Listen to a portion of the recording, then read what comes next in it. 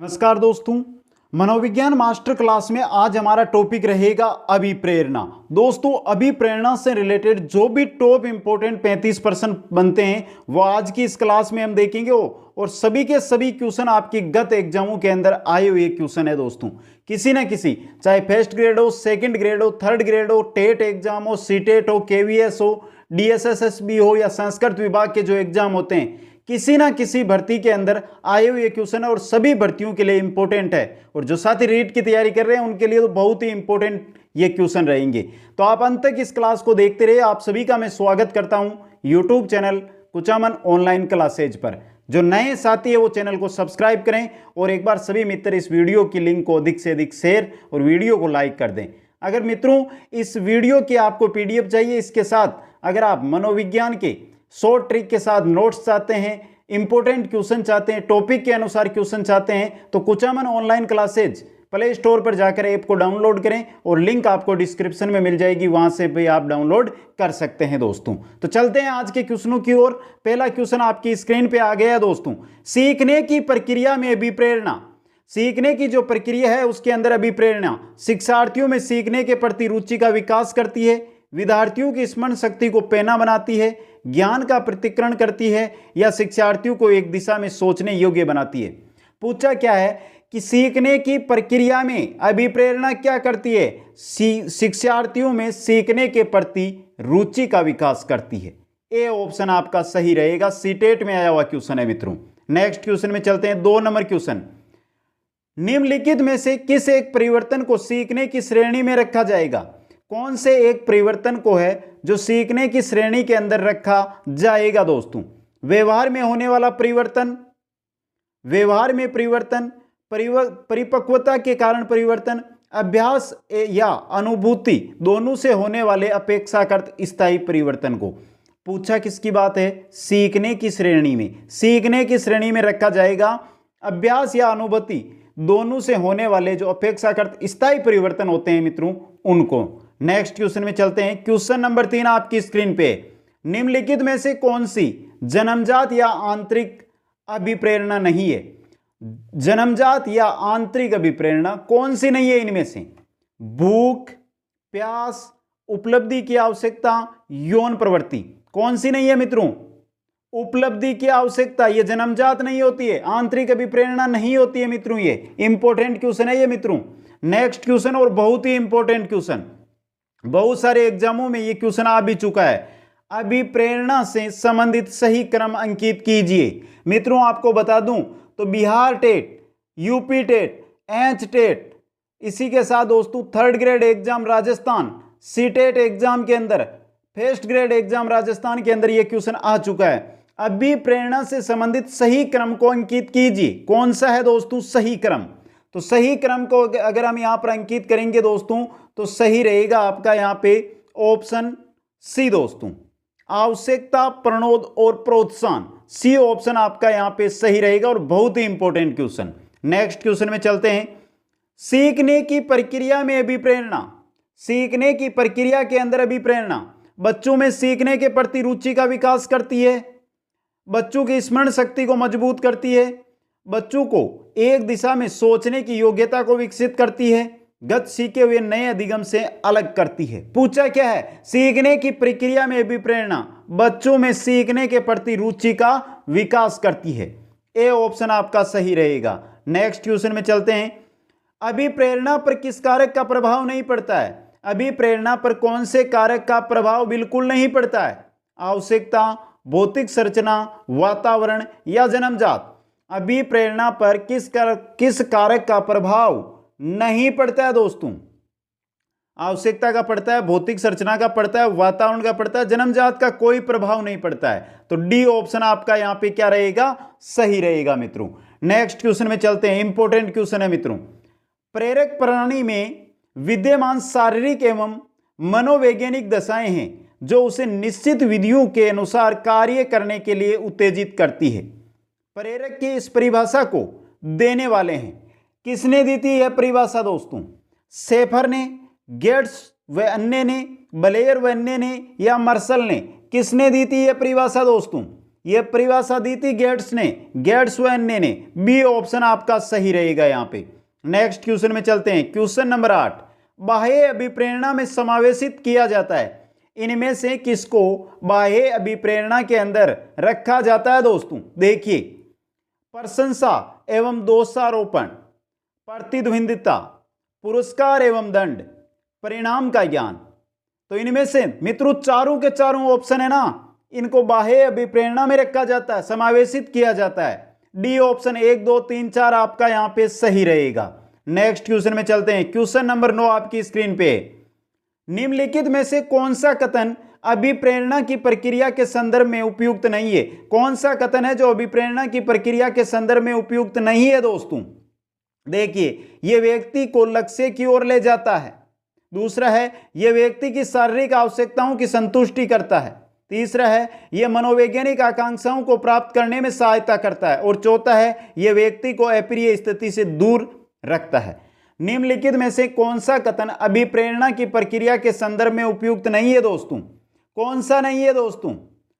यह व्यक्ति को अप्रिय स्थिति से दूर रखता है, यह कथन सही नहीं है अभिप्रेरणा के संदर्भ में। तो ऑप्शन डी आपका सही रहेगा। नेक्स्ट क्वेश्चन में चलते हैं।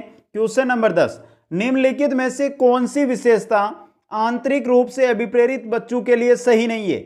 आंतरिक रूप से अभिप्रेरित बच्चों के लिए कौन सी अवस्था सही नहीं है दोस्तों?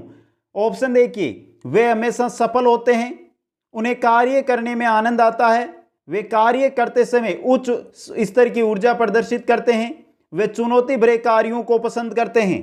कौन सा नहीं है दोस्तों? वे हमेशा सफल होते हैं। आंतरिक रूप से अभिप्रेरित बच्चों के लिए यह सही नहीं है कि वे हमेशा सफल होते हैं, यह चीज उनको कही जाए। ए ऑप्शन यहां पे सही रहेगा। नेक्स्ट क्वेश्चन में चलते हैं। मूल प्रवृत्तियां कैसी होती है? जन्मजात होती है, अर्जित होती है, जन्मजात व अर्जित होती है, या इनमें से सभी? मूल प्रवृत्तियां कैसी होती है मित्रों?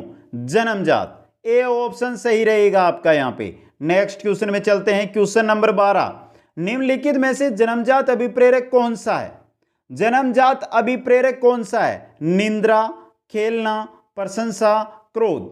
इनमें से पूछा है कि जन्मजात अभिप्रेरक कौन सा है? बी टेट, सी टेट और आर टेट के अंदर आया हुआ क्वेश्चन सही रहेगा। ऑप्शन ए आपका निंद्रा दोस्तों। ए ऑप्शन सही रहेगा। नेक्स्ट क्वेश्चन में चलते हैं। क्वेश्चन नंबर 13, निम्न में से कौन से प्रेरकों का वर्गीकरण गेरेट द्वारा किया गया? गेरेट के अनुसार जो प्रेरक बताए गए वो कौन कौन से हैं दोस्तों? देखिए, ऑप्शन है आपका जन्मजात, स्वाभाविक और सामाजिक, कृत्रिम, दैहिक और सामाजिक, मनोवैज्ञानिक, सामाजिक और स्वाभाविक, दैहिक, मनोवैज्ञानिक एवं सामाजिक। सही रहेगा। गेरेट के अनुसार पूछा है तो डी ऑप्शन, दैहिक, मनोवैज्ञानिक एवं सामाजिक दोस्तों। प्रेरकों को 3 भागों में बांटा। नेक्स्ट क्वेश्चन में चलते हैं। क्वेश्चन नंबर 14, प्रेरकों का वर्गीकरण अनेक विद्वानों ने किया। मेस्लो द्वारा किया गया वर्गीकरण सही ढंग से निम्न में से किस विकल्प में दिया गया है? तो मित्रों यहां पे किसके द्वारा पूछा है? मेस्लो के द्वारा। मेस्लो के द्वारा जो वर्गीकरण किया गया उसका सही कथन कौन सा है, आपसे यह पूछा गया और बहुत एग्जामों में आ चुका, 6 भर्तियों में एक क्वेश्चन पहले भी आ चुका है। ऑप्शन देखिए, जन्मजात व स्वाभाविक, जन्मजात एवं अर्जित, जैविक एवं जन्मजात, सामाजिक एवं कृत्रिम। सही रहेगा आपका जन्मजात एवं अर्जित। ऑप्शन बी आपका यहां पे सही रहेगा दोस्तों। नेक्स्ट क्वेश्चन, क्वेश्चन नंबर 15 आपकी स्क्रीन पे है। शिक्षा की प्रक्रिया में प्रेरणा का महत्व है, इस बात को ध्यान में रखे तो अध्यापक को निम्न में से कौन सा कार्य नहीं करना चाहिए? इनमें से कौन सा कार्य है जो अध्यापक को नहीं करना चाहिए? देखिए, ऑप्शन, कार्य के लक्ष्यों को स्पष्ट करना, शिक्षार्थी को सामाजिक कार्यों में भाग लेने का अवसर प्रदान करना, इनामों का प्रलोभन देकर बालकों में प्रतिद्वंदिता पैदा करना, बालकों में अपने कार्य में सफल होने के अवसर प्रदान करना। कौन सा कार्य अध्यापक को नहीं करना चाहिए अभिप्रेरणा या प्रेरणा के लिए? इनामों का प्रलोभन कभी नहीं देना चाहिए। तो इनामों का प्रलोभन देकर बालकों में प्रतिद्वंदिता पैदा करना, यह अध्यापक को कभी भी नहीं करना चाहिए। नेक्स्ट क्वेश्चन में चलते हैं। अभिप्रेरणा के संदर्भ में भूख है। भूख क्या है? आवश्यकता है, अंतर्नोद है, प्रेरणा है या उद्देश्य है? भूख क्या होती है मित्रों? Important question. भूख क्या है? अंतर्नोद है। ऑप्शन बी आपका सही रहेगा यहां पे। नेक्स्ट क्वेश्चन में चलते हैं। क्वेश्चन नंबर 17, निम्न में से कौन सा तत्व अभिप्रेरणा से संबंधित नहीं है? मूल प्रवृत्ति, प्रेरणा, अंतर्नोद या आवश्यकता? इनमें से कौन सा तत्व अभिप्रेरणा से संबंधित नहीं है? मूल प्रवृत्ति। ए ऑप्शन आपका सही रहेगा। नेक्स्ट क्वेश्चन में चलते हैं। नेक्स्ट क्वेश्चन है मित्रों 18 नंबर क्वेश्चन, अभिप्रेरणा के संदर्भ में प्यास है। अभिप्रेरणा के संदर्भ में प्यास क्या होती है? आवश्यकता होती है, प्रवाहिता होती है, अंतर्नोद होती है या मूल प्रवृत्ति होती है? प्यास क्या होती है? अभिप्रेरणा के संदर्भ में प्यास अंतर्नोद होती है। भूख क्या है? अंतर्नोद। तो प्यास भी क्या है? अंतर्नोद दोस्तों। नेक्स्ट में चलते हैं। क्वेश्चन नंबर 19, अधिगम तक पहुंचाने के राजमार्ग को कहते हैं। अधिगम तक पहुंचाने के राजमार्ग को क्या कहा जाता है? उद्दीपन, प्रवाहिता, संवेदना या अभिप्रेरणा? अधिगम तक पहुंचाने के राजमार्ग को अभिप्रेरणा कहा जाता है। डी ऑप्शन आपका सही रहेगा। नेक्स्ट क्वेश्चन में चलते हैं। क्वेश्चन नंबर 20, स्नेह प्राप्त करने की इच्छा अभिप्रेरणा के संदर्भ में क्या है? बहुत अच्छा क्वेश्चन है। स्नेह प्राप्त करने की इच्छा अभिप्रेरणा के संदर्भ में है क्या? ये स्वाभाविक अभिप्रेरक है, कृत्रिम अभिप्रेरक है, नकारात्मक अभिप्रेरक है या अर्जित अभिप्रेरक है क्या स्नेह प्राप्त करने की इच्छा? स्वाभाविक अभिप्रेरक है दोस्तों। ऑप्शन ए आपका सही रहेगा। नेक्स्ट क्वेश्चन में चलते हैं। क्रिया को आरंभ करने, जारी रखने तथा नियंत्रित रखने की प्रक्रिया क्या है? अधिगम है, सृजन है, संतुलन है या अभिप्रेरणा है? किसी क्रिया को आरंभ करना, उसको जारी रखना, उसको नियंत्रित करना, यह अभिप्रेरणा होती है दोस्तों।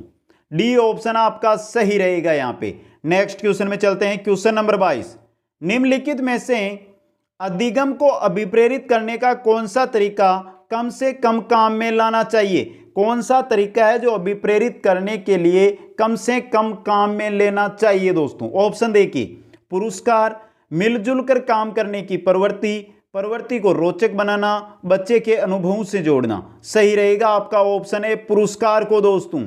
ए ऑप्शन यहां पे सही रहेगा। नेक्स्ट क्वेश्चन में चलते हैं। क्वेश्चन नंबर 23, निम्न में से कौन सा उदाहरण अभिप्रेरणा का परिणाम नहीं है? कौन सा उदाहरण है जो इनमें से अभिप्रेरणा का नहीं है दोस्तों? देखिए, कृष्णा ने नृत्य का समय 1 घंटे से बढ़ाकर 2 घंटे कर दिया, मतलब कुछ उसको अभिप्रेरित हुई है तभी 1 घंटे से बढ़ाकर 2 घंटे किया है, तो यह तो अभिप्रेरणा का उदाहरण है मित्रों। दूसरा, जॉन स्टुअर्ट मिल ने 12 वर्ष की उम्र में दर्शन का अध्ययन आरंभ कर दिया। वह अभिप्रेरित हुआ है तभी 12 वर्ष की उम्र में उसने दर्शन का अध्ययन आरंभ किया है, तो यह भी किसका है? अभिप्रेरणा का उदाहरण है। जगत ने श्वास लेने की प्रक्रिया में रुचि दिखानी प्रारंभ कर दी। अब श्वास लेने की प्रक्रिया, यह कैसी प्रक्रिया हुई? यहां पर कैसा अभिप्रेरणा हुआ? तो यह अभिप्रेरणा का उदाहरण नहीं है दोस्तों। नेक्स्ट है, राम ने तेजी से आधुनिक एवं प्राचीन ऐतिहासिक प्रवृत्तियों में सह संबंध स्थापित करने में प्रगति की। तो कुछ ना कुछ अभिप्रेरित होने के बाद ही आधुनिक व प्राचीन ऐतिहासिक प्रवृत्तियों में उसने संबंध स्थापित करने की प्रगति की है, तो यह भी अभिप्रेरणा का उदाहरण है दोस्तों। तो कौन सा नहीं है? सी ऑप्शन वाला। सी ऑप्शन आपका यहां पे सही रहेगा। नेक्स्ट क्वेश्चन में चलते हैं। गिलफोर्ड के अनुसार संवेगों का प्रकार कौन सा नहीं है? प्राथमिक, द्वितीय, नवीन या कृत्रिम? गिलफोर्ड के अनुसार पूछा है यहां पे, तो गिलफोर्ड के अनुसार दोस्तों संवेग नहीं होता है, नवीन संवेग। सी ऑप्शन आपका सही रहेगा। नेक्स्ट क्वेश्चन में चलते हैं। निम्नलिखित में से जन्मजात अभिप्रेरक नहीं है। कौन सा नहीं है जन्मजात अभिप्रेरक? प्यास, निंद्रा, भूख, सुरक्षा। प्यास हो, निंद्रा हो, भूख हो, यह जन्मजात है, लेकिन सुरक्षा कोई जन्मजात अभिप्रेरक नहीं होता है दोस्तों, तो डी ऑप्शन सही रहेगा। नेक्स्ट 26 नंबर क्वेश्चन, प्रेरणा का स्रोत निम्नलिखित में से कौन सा नहीं है? इनमें से प्रेरणा का स्रोत कौन सा नहीं है दोस्तों?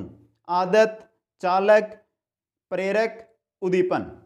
प्रेरणा का स्रोत कौन सा नहीं है? आदत प्रेरणा का स्रोत नहीं होती है।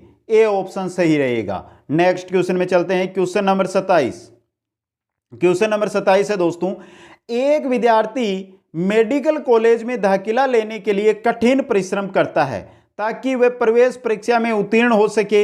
यह विद्यार्थी रूप से अभिप्रेरित है, व्यक्तिगत रूप से, आनुभाविक रूप से, आंतरिक रूप से या बाह्य रूप से? कैसे है अभिप्रेरक दोस्तों? आंतरिक रूप से अभिप्रेरित है। ऑप्शन आपका सी यहां पे सही रहेगा।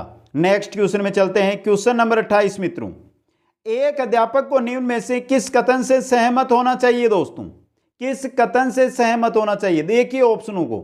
आंतरिक अभिप्रेरणा तब होती है जब अधिगमकर्ता बाह्य संतोषजनक परिणाम का अनुभव करने के लिए कार्य करते हैं। बाह्य अभिप्रेरणा तब होती है जब अधिगमकर्ता बाह्य पुरस्कार प्राप्त करने के लिए कार्य करते हैं। तीसरा है, बाह्य पुरस्कार से स्थायी व्यवहार परिवर्तन होता है। चौथा है, बाह्य पुरस्कार आंतरिक अभिप्रेरणा प्रदान करते हैं। तो इनमें से किस कथन से एक अध्यापक को सहमत होना चाहिए दोस्तों? बाह्य अभिप्रेरणा तब होती है जब अधिगमकर्ता बाह्य पुरस्कार प्राप्त करने के लिए कार्य करता है। ऑप्शन बी सही रहेगा। नेक्स्ट क्वेश्चन में चलते हैं। क्वेश्चन नंबर 29, निम्न में से जन्मजात है, इनमें से जन्मजात कौन है दोस्तों? प्रेरणा, रुचि, अभियोगिता, अभिवृत्ति। जन्मजात कौन है इनमें से? अभियोगिता। ऑप्शन सी आपका सही रहेगा। नेक्स्ट क्वेश्चन में चलते हैं। क्वेश्चन नंबर 30, अभिप्रेरणा के सिद्धांतों के अनुसार एक शिक्षक के द्वारा सीखने का संबंधित कर सकता है विद्यार्थियों से वास्तविक अपेक्षाएं रखने, अपेक्षाओं का एक रूप स्तर रखे, विद्यार्थियों से किसी प्रकार की अपेक्षाएं न रखे, विद्यार्थियों से बहुत अपेक्षाएं रखे। अभिप्रेरणा के सिद्धांतों के अनुसार एक शिक्षक विद्यार्थियों से वास्तविक अपेक्षाएं रखने के द्वारा, विद्यार्थियों से वास्तविक अपेक्षाएं रखने के द्वारा सीखने को संबंधित कर सकता है। ए ऑप्शन सही रहेगा। नेक्स्ट क्वेश्चन, क्वेश्चन नंबर 31, किसी व्यक्ति को सामाजिक दृष्टि से स्वीकृत कार्य करने हेतु कौन सा प्रेरक प्रेरणा देता है? सामाजिक दृष्टि से स्वीकृत कार्य करने हेतु कौन सा प्रेरक होता है प्रेरणा देने वाला? उपलब्धि प्रेरक, आक्रोश प्रेरक, शक्ति प्रेरक या स्वीकृति प्रेरक? कौन सा होता है दोस्तों? स्वीकृति प्रेरक। डी ऑप्शन आपका यहां पे सही रहेगा। नेक्स्ट क्वेश्चन, क्वेश्चन नंबर 32, सशक्त अभिप्रेरणा सीखने का प्रभावशाली घटक है। इससे बालक, सशक्त अभिप्रेरणा सीखने का प्रभावशाली घटक है। इससे बालक स्वस्थ रहता है, ध्यान करता है, प्रसन्न रहता है, शीघ्र सीखता है। क्या करता है दोस्तों इससे बालक? इससे बालक शीघ्र सीखता है। डी ऑप्शन सही रहेगा। नेक्स्ट क्वेश्चन, क्वेश्चन नंबर 33 दोस्तों, प्रेरक के अंतर्गत सम्मिलित है। प्रेरक के अंतर्गत क्या सम्मिलित है? प्रोत्साहन सम्मिलित है, आवश्यकताएं सम्मिलित है, प्रबल प्रेरणा सम्मिलित है। मतलब उपरोक्त सभी। डी ऑप्शन आपका सही रहेगा यहां पे। नेक्स्ट क्वेश्चन, क्वेश्चन नंबर 34 है दोस्तों, एक आंतरिक मानसिक दशा जो किसी व्यवहार को आरंभ करने तथा बनाए रखने को प्रवृत्त करती है कहलाती है अभिरुचि, अभिधारणा, अभिवृत्ति, अभिप्रेरणा। एक आंतरिक मानसिक दशा जो किसी व्यवहार को आरंभ करने तथा उसको बनाए रखने को प्रवृत्त करती है वो अभिप्रेरणा कहलाती है। डी ऑप्शन आपका सही रहेगा। और चलते हैं मित्रों आज की क्लास, आज की मास्टर क्लास के अंतिम क्वेश्चन की ओर। वीडियो को लाइक और शेयर कर दे सभी मित्र। एक बार एक छात्र बोर्ड परीक्षा के लिए कठिन परिश्रम कर रहा है। उसके पिता ने उसे अच्छे अंक आने पर मोटरसाइकिल देने का वादा किया है। इसका अर्थ है वो आंतरिक प्रेरणा है, बाह्य प्रेरणा है, गणितीय प्रेरणा है, आंतरिक तथा बाह्य प्रेरणा है। कठिन परिश्रम इसलिए कर रहा है कि अच्छे नंबर आए तो उसको मोटरसाइकिल दी जाएगी। मतलब वो बाह्य रूप से भी प्रेरित है, तो बाह्य प्रेरणा होगी। बी ऑप्शन आपका यहां पे सही रहेगा। तो मित्रों आज की क्लास आपको कैसी लगी सभी साथी एक बार कमेंट करके बताएं। और जिन साथियों ने अभी तक वीडियो को लाइक और शेयर नहीं किया जल्दी से लाइक और शेयर कर दें। और पीडीएफ के लिए app Kuchaman online classes link मिल जाएगी डिस्क्रिप्शन में, जाइए डाउनलोड कीजिए और वहां पर स्टोर में जाकर आप पीडीएफ प्राप्त कर सकते हैं। दोस्तों आप सभी को बहुत बहुत धन्यवाद। जय हिंद, जय भारत।